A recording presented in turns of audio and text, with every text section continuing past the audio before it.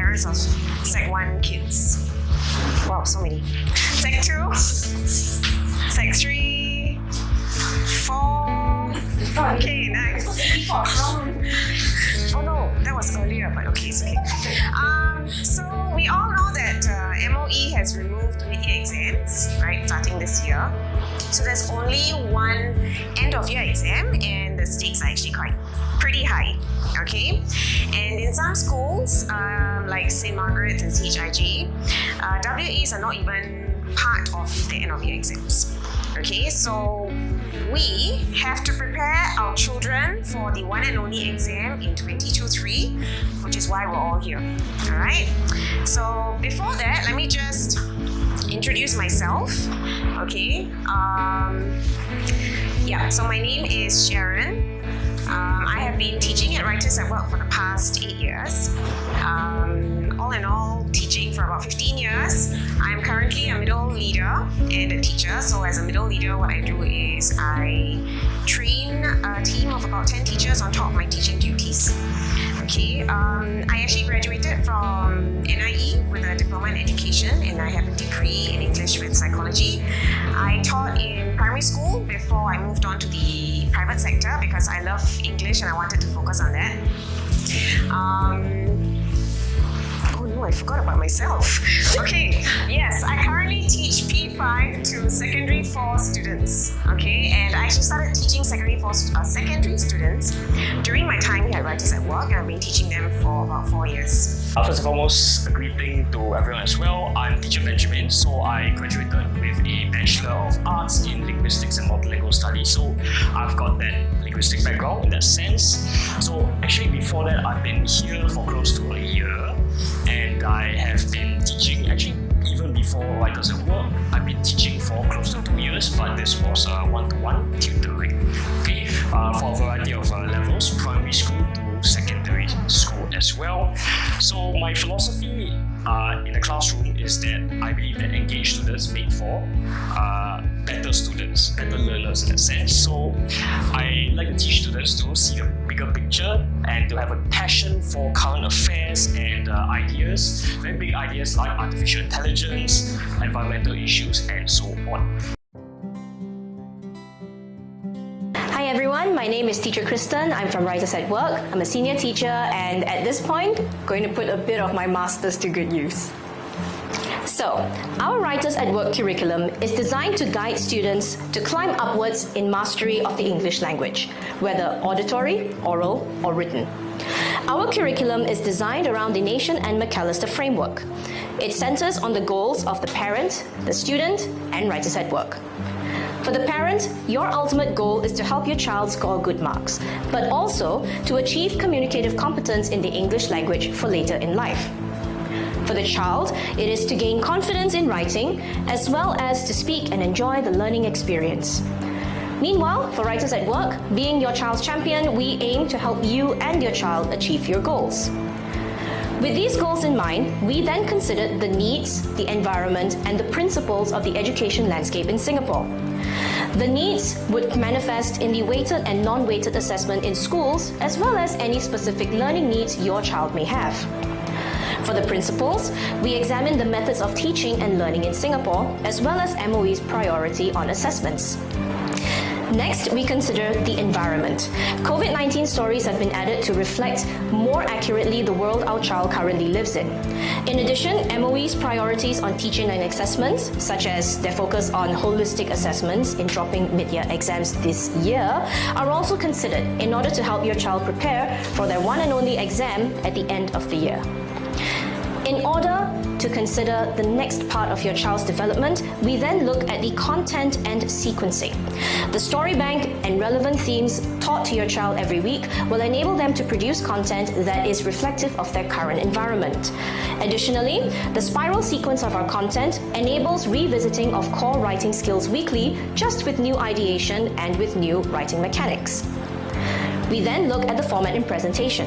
Structured notes and learner-centered teaching is conducted weekly, along with multimedia and hands-on activities presented by each of our teachers, who themselves have very unique experiences and personalities. Your child will surely find a good fit. Finally, we examine the monitoring and assessment of your child's development. We want your child to achieve their learning goals. Therefore, in-house milestone tests are conducted in class. We also include a comprehensive grading rubric to allow teachers to provide diagnostic marking and feedback on any writing done by your child. Teachers are trained in utilizing this rubric to provide result-oriented solution, as well as to help your child make significant improvements and advancement in their writing. Finally, in order to ensure that our curriculum remains relevant and effective in school, we evaluate our curriculum on a yearly basis, dropping and adding stories and content for oral and writing to reflect the current environment, such as mentioned earlier, the addition of COVID-19 stories, as well as a renewed focus on social media. This way, we ensure that our curriculum is always theoretically, pragmatically sound for our students and teachers. Therefore, let us offer you a hand at Writers at Work.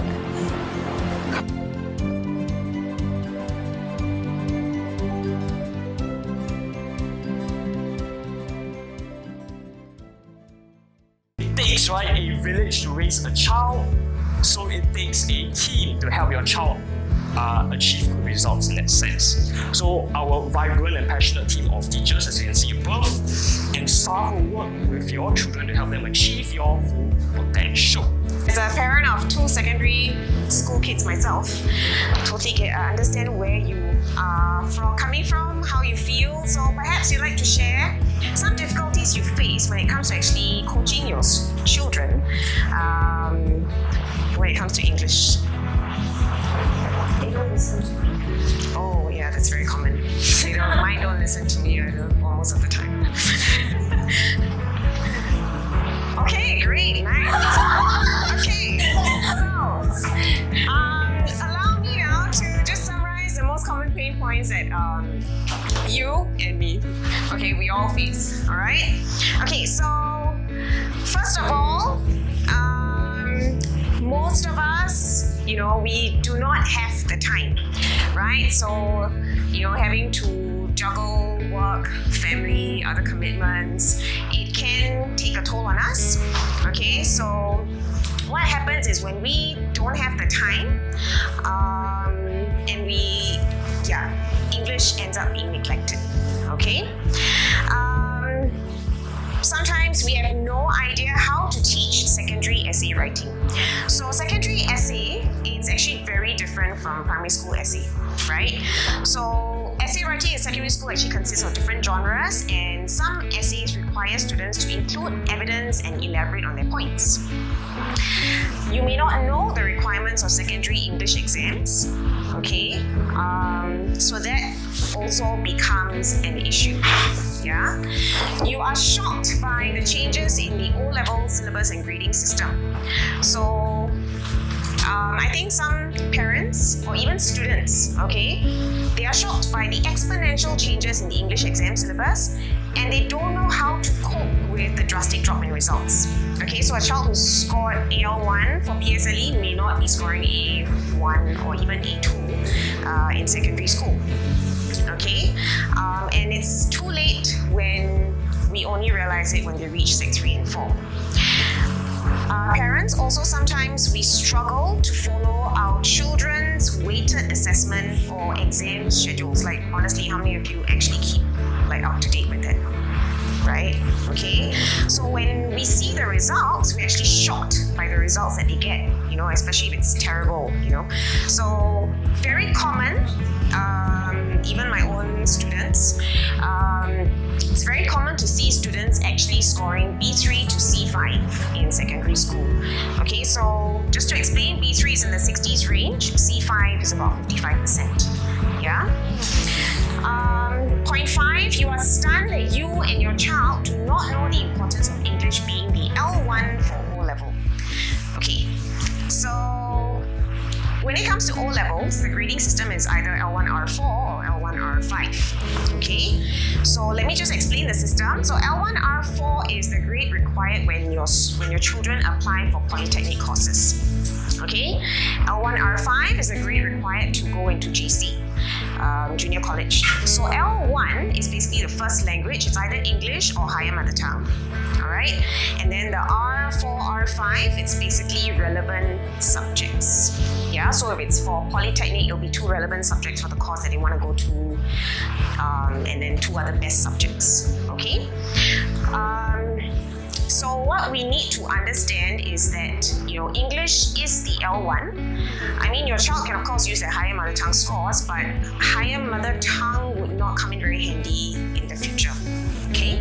So some popular Polytechnic courses as well, they actually require good scores for English.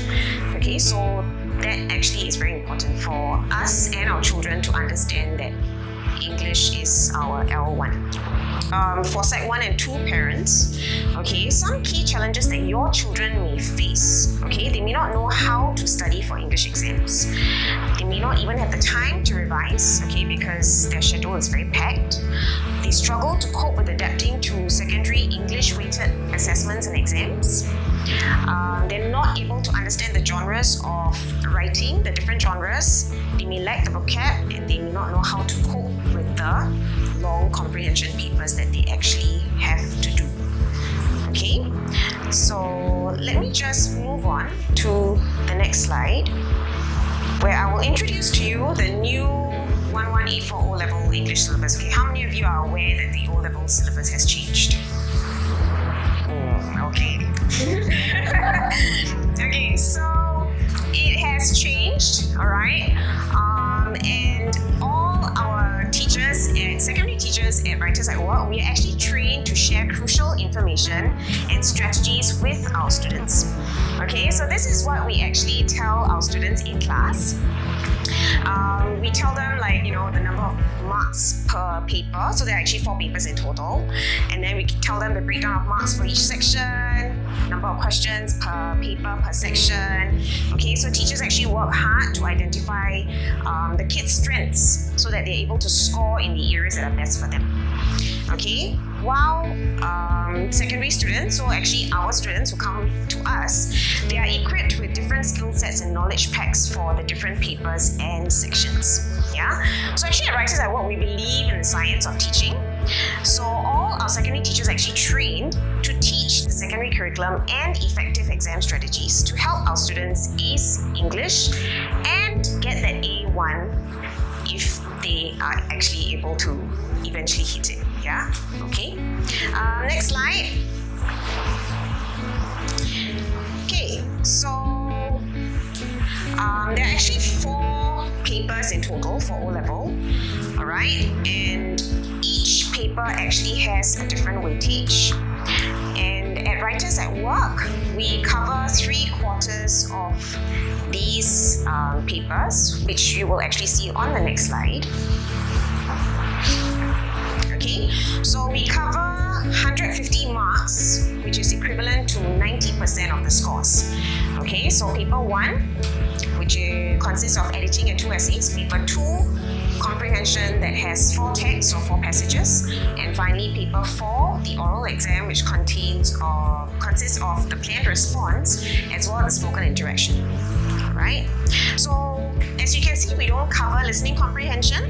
So even though we do not cover that, the skills that we teach them in these different sections will actually help them answer the inferential questions that they get in listening comprehension. Okay? Now before I move on to the next slide, it's very difficult to score A1 and A2. Sometimes they may score A1, A2 in school, but on a national level, right, like O-level exam, it can be difficult. So personal experience, in secondary school, I was always consistent for my school exams, A1 and A2. But then when it came to O-level, I got B3 and I was like, no, right? Yeah, so let me show you why it's difficult. So let's move on to the next slide. Okay, so here we are looking at paper 1. Alright, so paper 1 is a total of 70 marks. Okay, the marks that you see here is actually the range of marks that will help your children to get a much higher chance of achieving that A1 or A2. Okay, so editing, honestly, they should be able to score 10 marks. Okay, so that one they will definitely need to brush up on the grammar. Situational writing and essay. Okay, so for situational writing, they'll need to get about 25 out of 30, essay 23 out of 30. Okay, so for the two essays, so students actually need to write about 750 to 850 words in one sitting. Okay, it's a lot of words. Students will be, your children will actually be having to push their brain muscles, and build that, have that stamina in order to do this within the given time frame. Yeah, so to be honest, it is very intense. Okay, actually for situational writing and essay, it seems easy, right? 23 out of 30 doable, but to be honest, most students, they score about 17 to 20, and we've seen that in very commonly in papers, school exam papers, when they bring it to show it to us. Yeah. Okay. Next slide. Okay, so this is paper 2. So paper 2, like I mentioned, it consists of 4 texts, total of 50 marks. Alright, so visual text is actually made up of 2 texts, and it's a total of 5 marks. So again, you see the range of marks that your child needs to achieve in order to achieve an A1 or A2. Fictional text, 15 out of 20. Okay, and then for the informative text, which consists of short answer questions as well as summary, they should attain 22 out of 25 in order to get an A1 or A2. Alright, summary is actually something that students constantly struggle with. They tumble into summary question in Sec 1 and they fumble with it for the rest of the secondary school years. So we actually teach them strategies to answer the different questions. Alright. Again, I've actually seen most students score about 20-ish to 30 in school. So that range there, 35 to 42, is not easy to achieve, but it is doable. And we want our children to set goals because it is good to set goals. Right? So if you guys are familiar with HIIT exercises, high intensity interval training, right? So just like how our body needs to eventually get used to that, children also need to get used to the intensity. Okay? So HIIT is painful, learning is painful, but it's necessary. Yeah? Okay, so moving on. Okay, so paper 4 has got 2 sections, planned response and the spoken interaction, which is a total of 30 marks.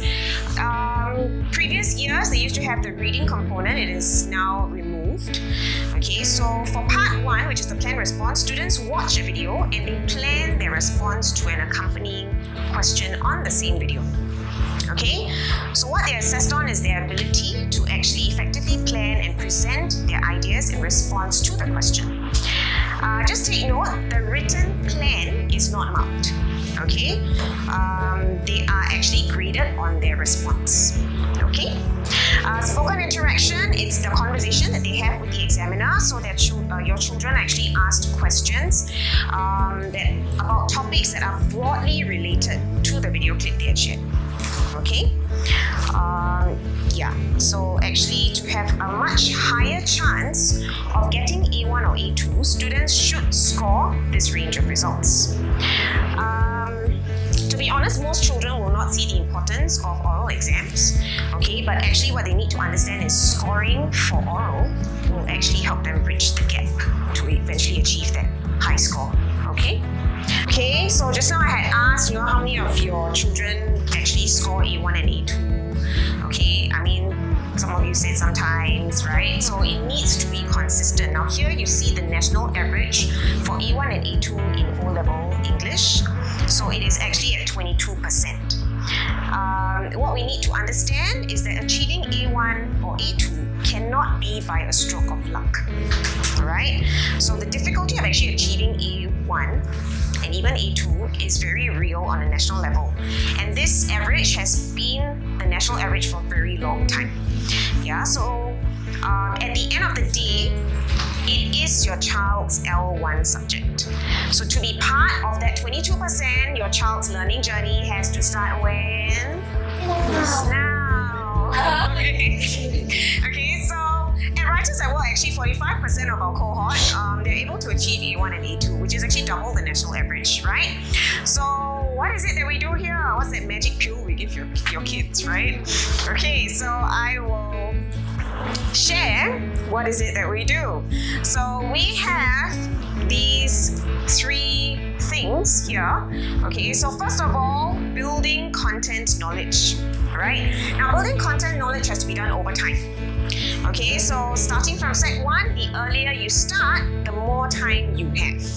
Okay, so part of building content knowledge is also building topical knowledge. So exposing them to broad topics such as, environment, youth issues, because sometimes they may have questions like, teenagers find life is boring. Do you agree? Okay. So children actually need a list of curated materials for reading. Okay. Next, weekly practice and training is something that they need. So students come here every week for 2 hours, right? So they commit themselves to that 2 hours. Parents commit themselves to bringing them here every week as well. Okay, so weekly practices help them get used to doing English. Okay, so like I mentioned, the English paper is made out of 4 papers, right? So weekly practices are important. And when they do practices at home, just keep in mind, you can't just give them a paper, expect them to do it, and then, okay, chuck it aside. Yeah? You have to mark them, you need to talk through the process, and you need to correct their work so that they know what they have done wrong and what they have done right. Okay? Finally, revision and exam application. So nearer to exams, this needs to be done on a regular basis. So for example, if they're doing 1 essay per week, closer to the exam, they probably need to do 2. Okay, so this is basically what we do here, and you can try doing this at home too, but in order to do that, now you need to be familiar with the topics that are covered so that you can curate the materials for your child. Yeah, okay, so again, English is L1, so children need to come for regular lessons so that they get the practice they need, build their stamina and their knowledge. I'm going to introduce 2 components. There will be oral and that of paper 1, essays. Okay, so oral is going to be your paper 4. And before I begin again, can I ask a question for those Sec 4 parents? When is O-level oral? Anyone knows? No? Anyone wants to give a guess? August. A bit earlier than that. Okay, so take note, O-level oral period, 25th July to 8th August. A bit close, a bit too close for comfort. The one way is very short. For Sec 4 students, right, we only have 4 months.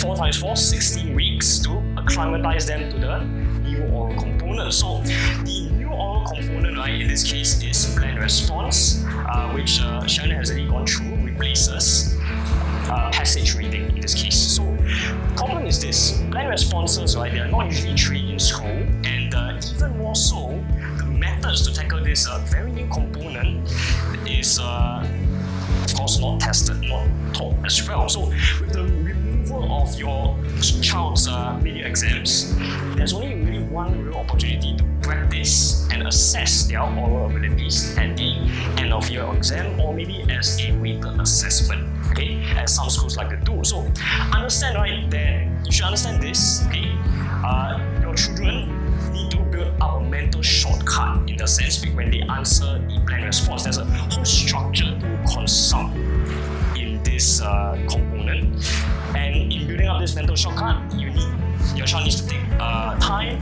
and practice as well, consistent practice, I may add. Can we go to the next slide? Okay, so you can look at the screen. These are a number of possible oral topics. Okay, the oral, right, will be held over 8 days. 8 different topics, right, for each day.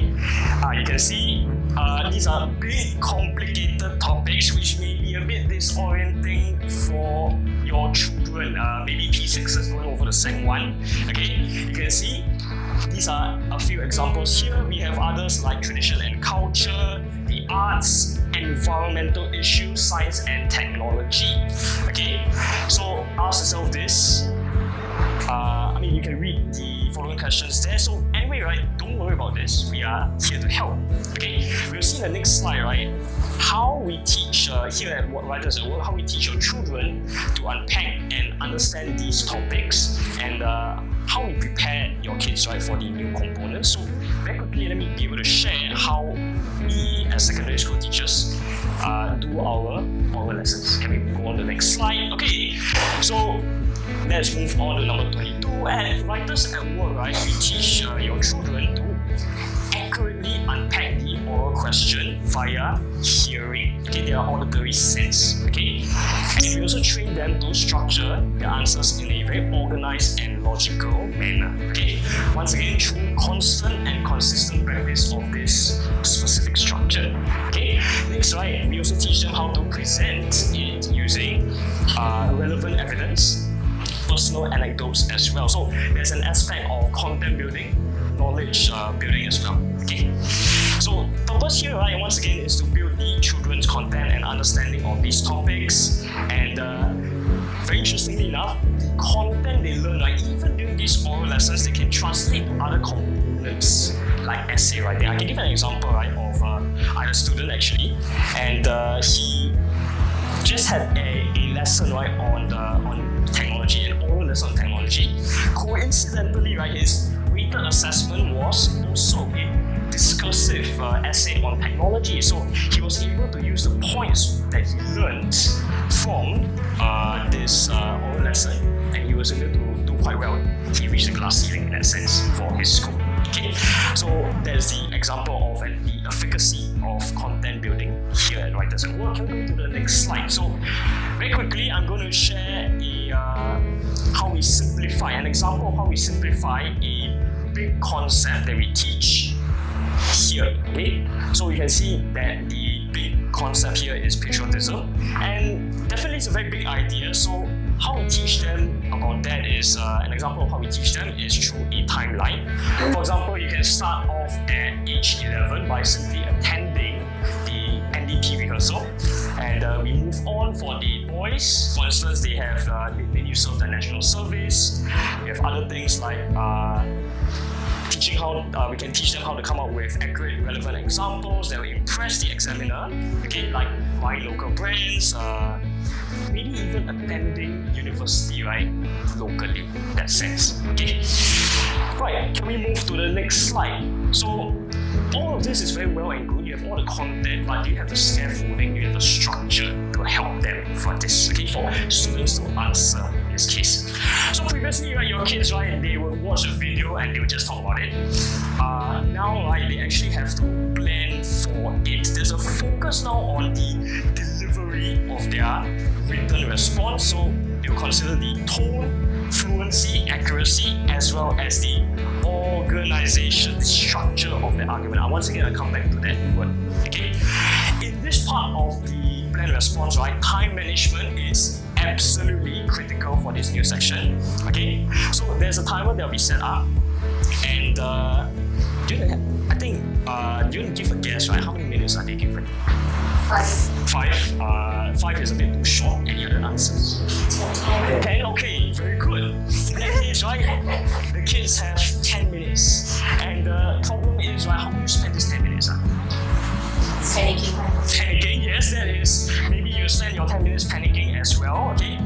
What we've noticed, right, is that a lot of children, they, instead of doing actual planning, right, they actually tend to watch the video over and over again. They hope that this response will magically synthesize in their mind. But here is the thing, even if they watch it over and over again, the given question for the plan response is actually marginally related to the video. How are we going to spend this 10 minutes in that case? So ours is a more targeted approach. What we teach them to do, right, is to watch the video maximum twice, okay, and unpack the question. So we teach them to come up with a structured, relevant answer, complete with, once again, all their evidences, examples, anecdotes they have learned here. Okay, so take note.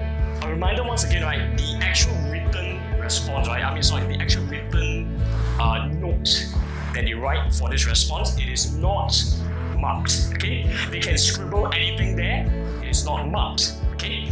So the question is, right, how are they going to translate their scribbled notes, okay, to an actual verbal response. Okay, so here we have here we teach them how to write in short form and how to present from these short form answers, long form answers for the response. So let's say that you actually want to go home and help your child, right, with this aspect. You need to do it on a regular basis. You need to have a time constraint for that, and your child also needs consistent supervision in that case. Okay, so with the provided paper, they will provide their response in shorthand in 6 minutes. With the 4 minutes, right, they will rehearse twice because the planned response requires them to talk for 2 minutes based on their written notes. A reminder once again, written notes, whatever they scribble, not marked. Okay, so I want to emphasize again, right, that teaching shorthand and how to interpret this shorthand is very important in this examination. Okay, so all in all, let's move on to the next component, which is essay writing, paper 1. Okay. Okay, so before we continue, right, there are many genres of essay at the secondary level. No longer, right, are you talking about P6, narrative or personal reflective anymore. Anyone wants to guess how many different genres are there in secondary school? 20. If there are 20, that'll be a bit too excessive. Okay, it's closer to around 6. Anyone knows what these 6 genres are? Not really? Okay, never mind. We will see about that a bit later. Okay, so take note, right? That's the issue as well. So not only are there 6, right? Technically there are actually 7. Because right nowadays there are a rising number of mixed genres, a lot of mixing and matching as well. So relying on a single standalone question, right, preparing for, let's say, narrative, personal reflective, not enough anymore. Okay. There are a lot of other types of questions as well. So funny thing to know, right, here we actually do have a team to tabulate questions, to do statistical analysis and data analysis of the trends, and to determine, right, what kind of questions are tested, the trends of questions that are tested. So question trends are actually changing, right, from year to year. There was a period where in O-levels, right, only argumentative was tested. Now there is actually a resurgence of, once again, hybrid sort of questions. Okay, so once again, can we move on to the next slide? You can see on the screen, these are a list of essay genres: argumentative, discursive, expository, descriptive, personal reflective, narrative, and once again, hybrid sort of questions. Give an example of hybrid question you can see on the board there. I think the response of the union is a bit pertinent, you can see. Okay, quite shocking. How in the world, right, are you going to answer these questions? So here, this is what we do for them. Can we turn to the next slide? Okay, so very good. I'm going to give an example, right, of how we do a specific genre of question, that is that of argumentative essays. Now, argumentative essays, right, they're the most difficult essay genre for most students to master, especially, right, those with Sec 1 children going to Sec 1 children, maybe even Sec 2 as well. So there's actually, right, a quantum leap, right, between your primary and secondary levels, if you think about that. Okay, so how do we do it here? Okay, here you can see we do, aside from content, knowledge and building, right, we also teach them a structured way to form their thesis statements, okay, to help steer their arguments to be on point. You can see it's a very funny sort of mnemonic. Wao ka ai sasa. Okay, so it sounds like a dance, I think.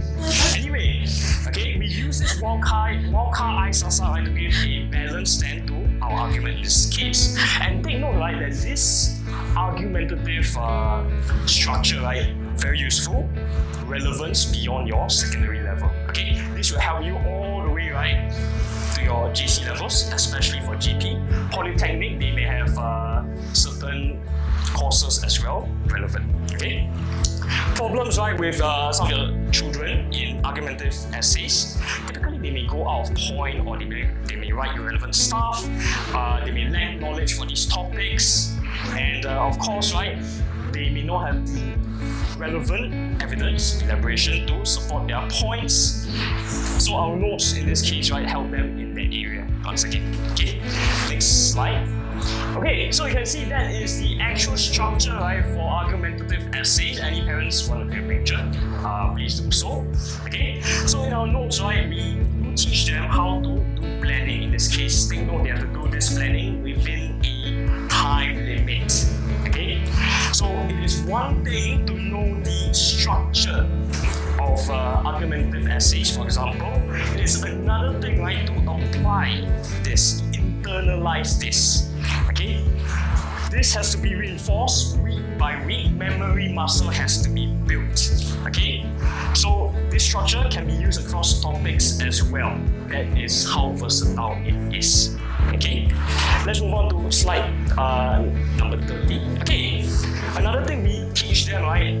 Once again, I mentioned before in the curriculum slide is writing mechanics. So take note, you can see that students are scored for language sophistication, okay, under their language marks. And the more you use some of these literary devices, idioms, proverbs, and so on, the more, right, you can score for your L marks, language marks in that case. So take note, right, that here we teach students that applying it strategically is critical. Okay, less is more in that respect. You don't just every paragraph right put idiom 1, idiom 2, idiom 3. Okay, the key here is to once again, right, be strategic. Okay, to get your A1 and A2 level essays. Okay, move on to the next slide. Okay, next slide, right.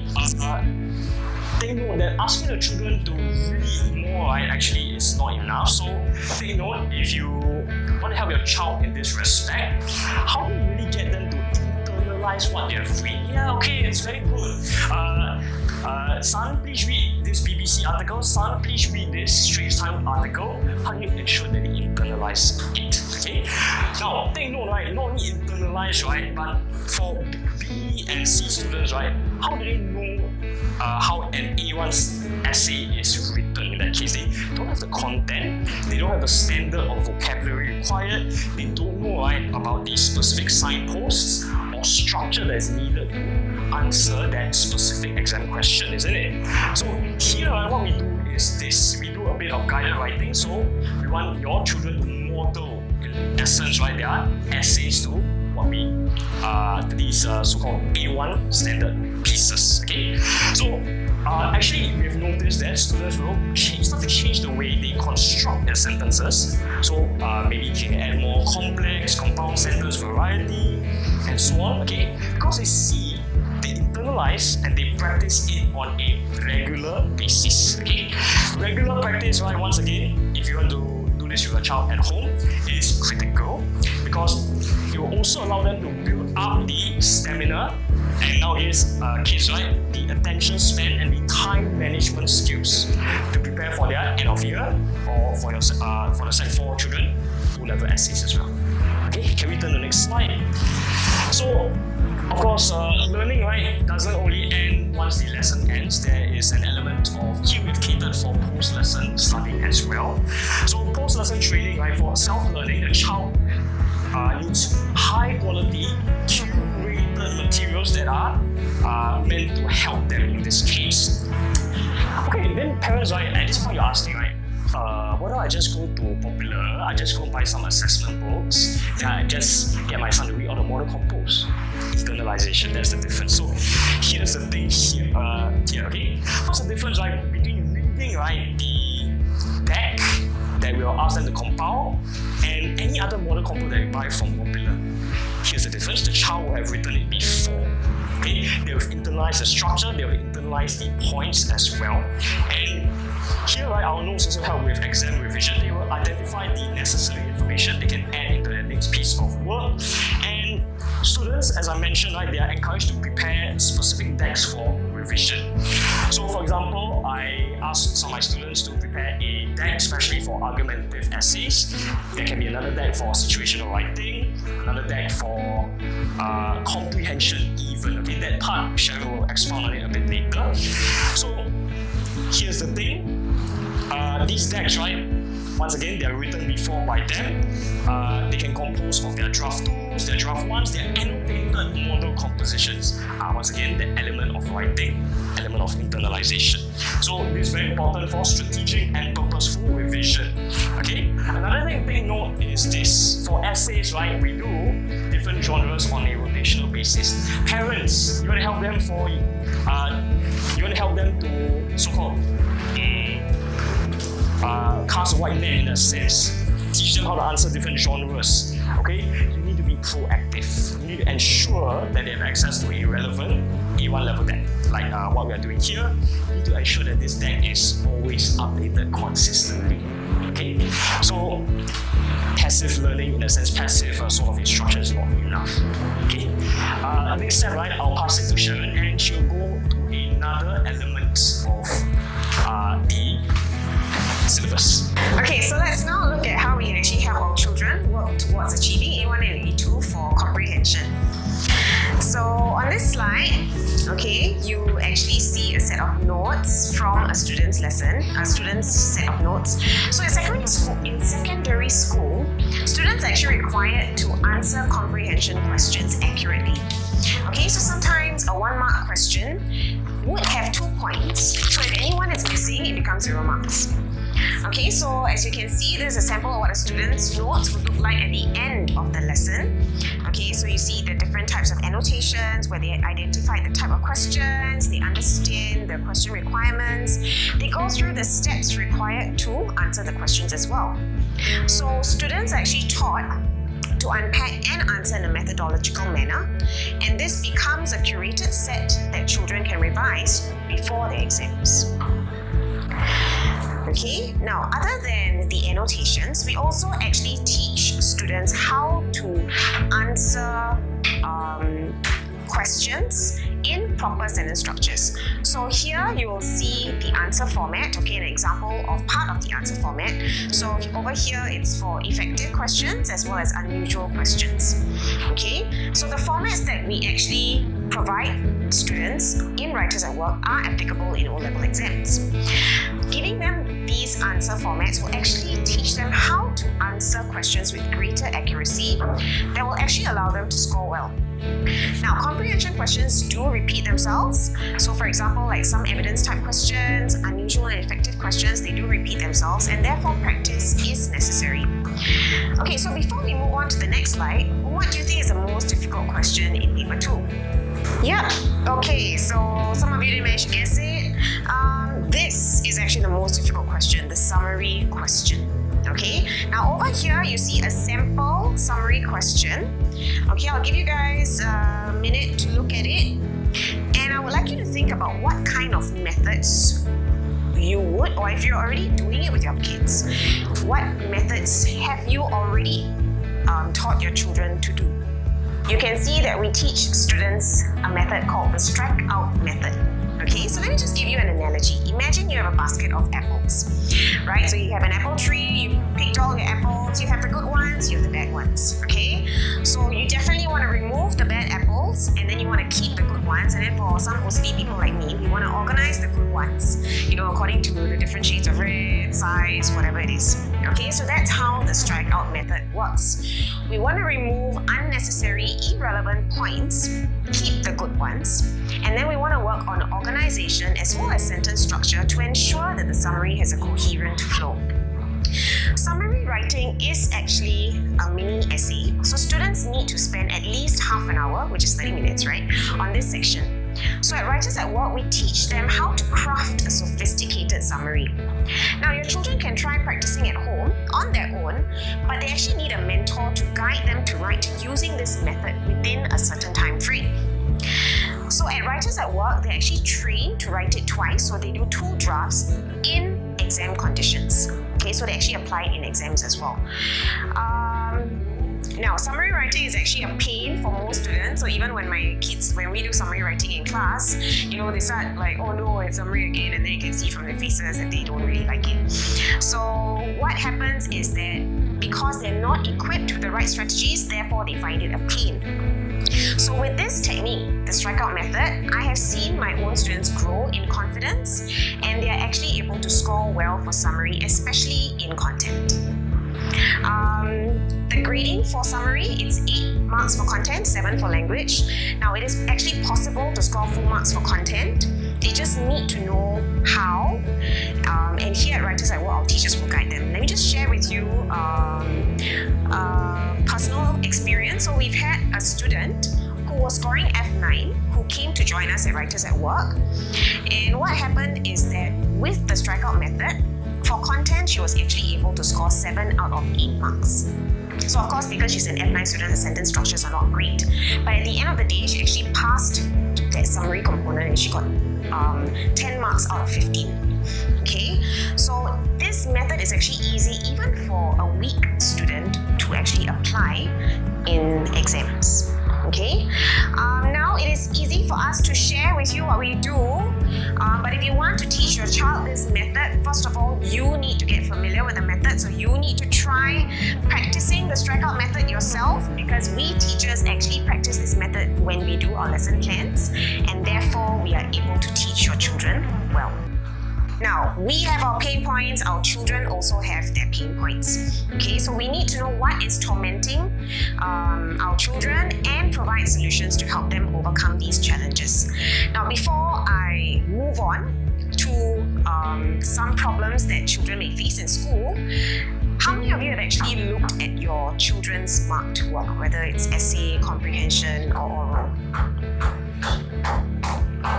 Okay, so we look at students' scripts because we ask them to bring it to us whenever they have WAs or class assignments. So let me just share what I see. Now for paper 1, very common wiggly lines, symbols, okay, they'll just write SNT, EXP for expression, SP for spelling. They will mark out errors, but what happens is that children do not know where they went wrong.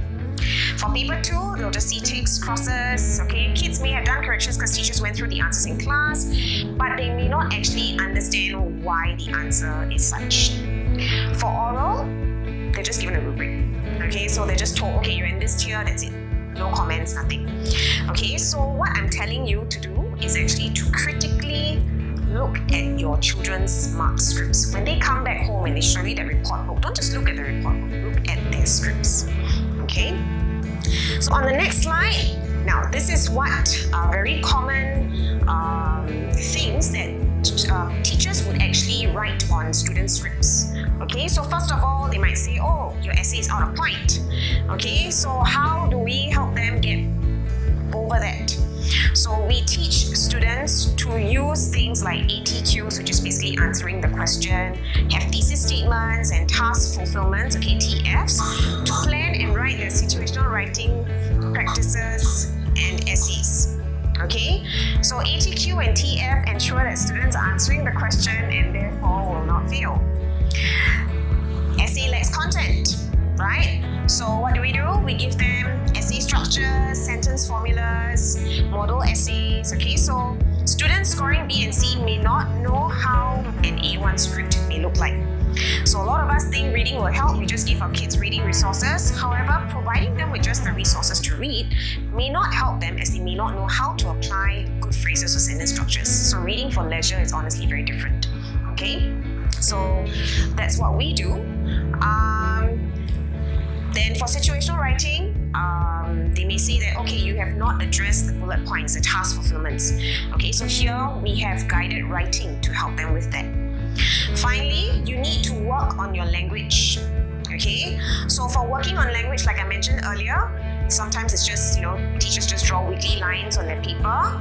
So, or even prompting questions like, oh, why do you think this is not sufficient, for example? Okay, so again, students may not know what the errors are or what is lacking. So that's why we have weekly writing and practices. So with these weekly practices, even for oral responses, students actually build their writing ability, speed and stamina.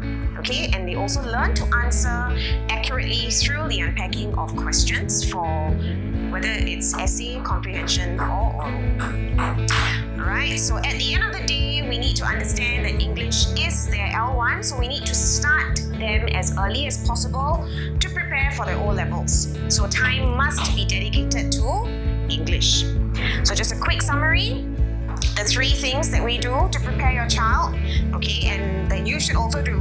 First of all, build content knowledge, so don't just ask them to read. They need high quality applicable materials. Okay, weekly practice and training, so that structured practice will help them build their speed and stamina.